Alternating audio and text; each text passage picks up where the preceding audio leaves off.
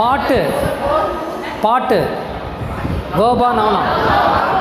பாட்டு நவுன், பாடு கரெக்ட். ஆடு அப்படிங்கிறது வேர்பா நவுனா? It's both noun and a verb with two different meanings, right? Okay, adu has got two meanings. One is used as a noun, the other one as a verb. So if you say the word please adu, please adu, is it a noun or a verb? It has to be a verb. That's what I told you. Okay, if I use it after please, you can't say that it is a noun, because it is a verb which is used for both request and order. Is it clear? Then part is always noun, it's not a verb. You can't say please part. Can you say please part? You can't say. Instead you should say please pad, right? So that's the difference between a verb and a noun. Is it clear? I'm giving you only the basic essential things, so you must pay attention and try to learn them, right? Okay, now we know how to differentiate between a verb and a noun. Regular verb or weak verb, both are the same. So weak verb is equal to regular verb, then strong verb is equal to irregular verb, right?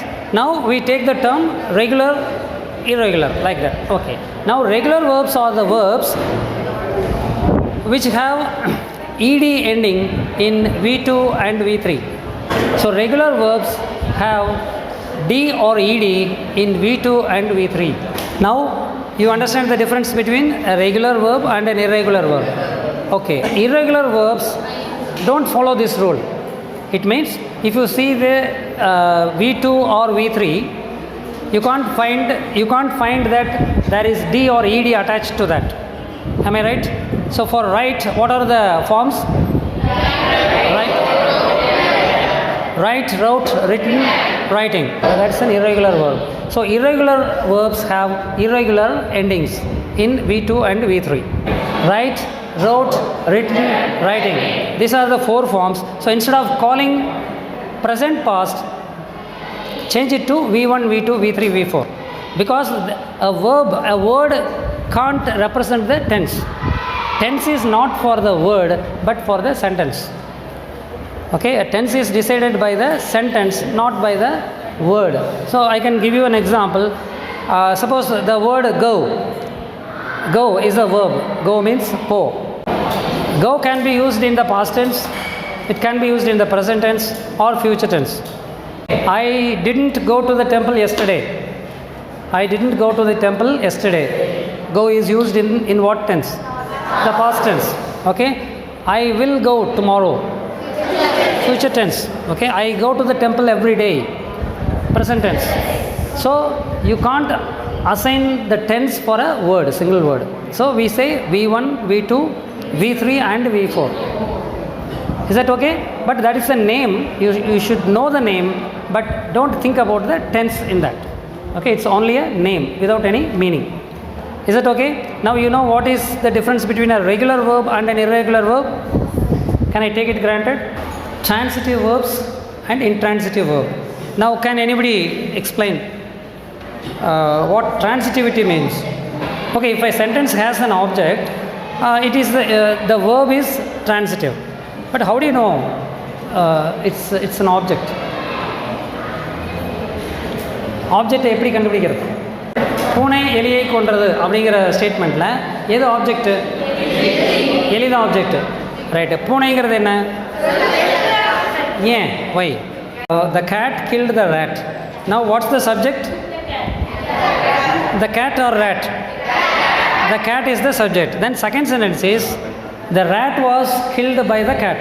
That is the second sentence. Now what's the subject? Rat. Correct? So first sentence la subject வந்து the cat. Second sentence la subject வந்து the rat.